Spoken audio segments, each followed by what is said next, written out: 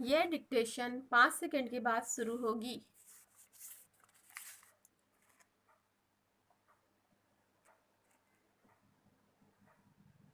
Start.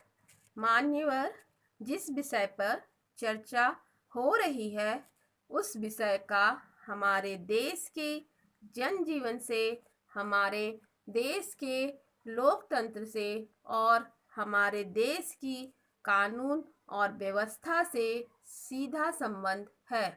यही कारण है कि आज़ादी के बाद और आज़ादी के पहले इस विषय पर हमारे देश के जो राजनीतिज्ञ और शिक्षा शास्त्री हैं, जो इस विषय में रुचि रखते हैं, और मान्यवर जो हमारे देश के प्रशासक रहे हैं, उन सब ने समय समय पर हमारी जो शिक्षा पद्धति है उसमें अमूल्य चूल परिवर्तन की पहल की है।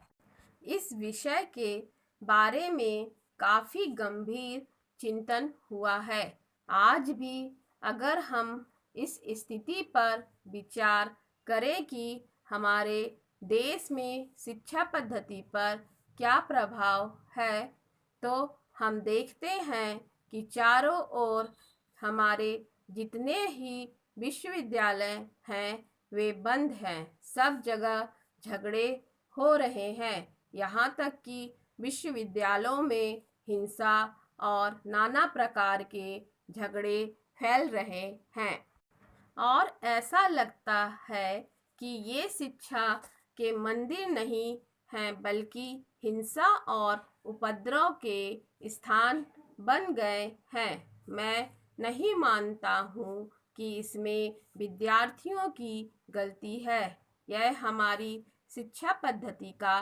दोष है। इस प्रकार की शिक्षा पद्धति में सुधार होना ही चाहिए। इस प्रकार की व्यवस्था हमारे देश के हित में नहीं हो सकती है और उसी का यह कारण है कि शिक्षा पद्धति में परिवर्तन के बारे हमारे यहाँ गंभीर चिंतन हो रहा है।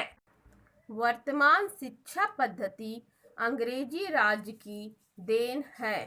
लॉर्ड मैकाले ने हमारे देश में जिस प्रणाली को चालू किया था उसी का थोड़ा बहुत रूप आज भी मौजूद है। 1968 में पिछले शासन ने शिक्षा की एक राष्ट्रीय नीति की घोषणा की थी और यह निश्चय किया था कि उसमें समय समय पर सुधार और परिवर्तन होता रहेगा।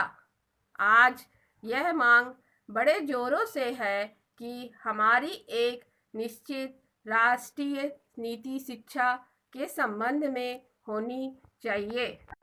राष्ट्रीय नीति की घोषणा होनी चाहिए। मैं यह कहना चाहूँगा कि राष्ट्रीय नीति की घोषणा होने से पहले उसका सीधा संबंध जिन लोगों से है जिसका जिक्र मैंने ऊपर भी किया है, संसद और जो शिक्षा से संबंधित क्षेत्र के लोग हैं, उनके विचारों को सुनने के पश्चात ही इस पद्धति को लागू करना चाहिए, क्योंकि शिक्षा पद्धति एक नाजुक विषय है और इसमें सुधार करने की काफ़ी गुंजाइश है।